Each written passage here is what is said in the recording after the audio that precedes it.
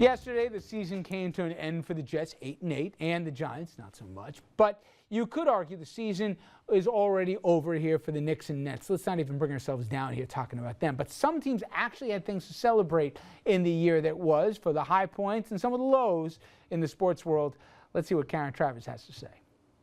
2013 was a year of sports triumph, but also tragedy. Terror at the Boston Marathon, twin bombs at the finish line. 3 people were killed, more than 200 were injured. The sports mad city rallied behind the slogan, Boston Strong, and their teams embraced it.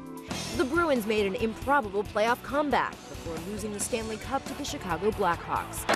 But the Red Sox went from worst to first and won their rabid fans their 3rd World Series title in a decade. We've been through a lot this year, and this is for all of you and all those families who struggle with that bombing early this year. Other champions were crowned. The Baltimore Ravens didn't let a blackout at New Orleans Superdome darken their quest for a title. Jimmy Johnson returned to NASCAR glory, motoring his way to a 6th championship. And LeBron James led the Miami Heat to a 2nd consecutive NBA title. Game 6 was an instant classic. The Heat won in overtime and took Game 7 for the title over San Antonio. We're here to win multiple championships.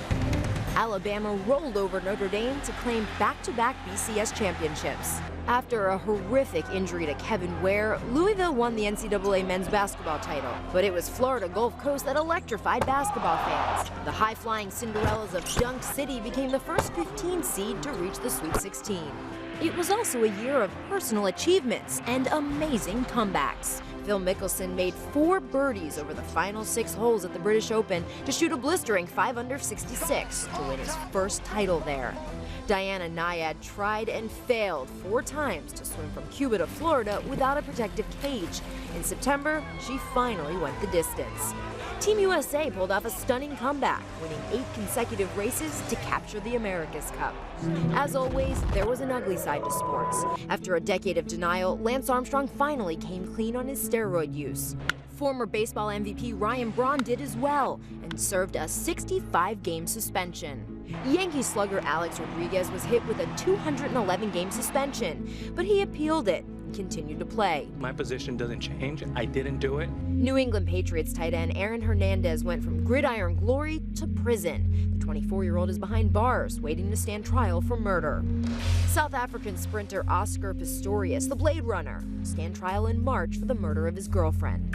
And we learned that even an NFL locker room is not immune from bullying. Miami Dolphins tackle Jonathan Martin said relentless hazing by his teammate Richie Incognito forced him to leave the team. My actions were coming from a place of love. Above the rim acrobatics, championships, and new additions to the record books. It was quite a year in sports. 2013 also marked the end of the road for one amazing athlete. Number 32. Mariano Rivera. The legendary Yankees closer hung up his hat after 19 seasons. He'll be the last player to ever wear Jackie Robinson's number 42. Karen Travers, ABC News. The Rochelle's own Mariano Rivera, right? Absolutely, that's right. Come to his church. It's on North Avenue. Well, I can tell you, for baseball fans exhausted over the A-Rod thing, in a few weeks, we're going to have the next chapter of it, the story that just will not go away. How about you? Story of the year. From sports? Oh, gosh, I don't know. Probably Lance Armstrong. I don't know. I'd definitely say Lance Armstrong, too. What's he been doing? We just went through everything. He doesn't even have to guess. He doesn't have to be paying any attention. All right, You could have just said we're Lance going to remind Armstrong. Dominic. We're going to wrap things up. Stay with us. Kill me.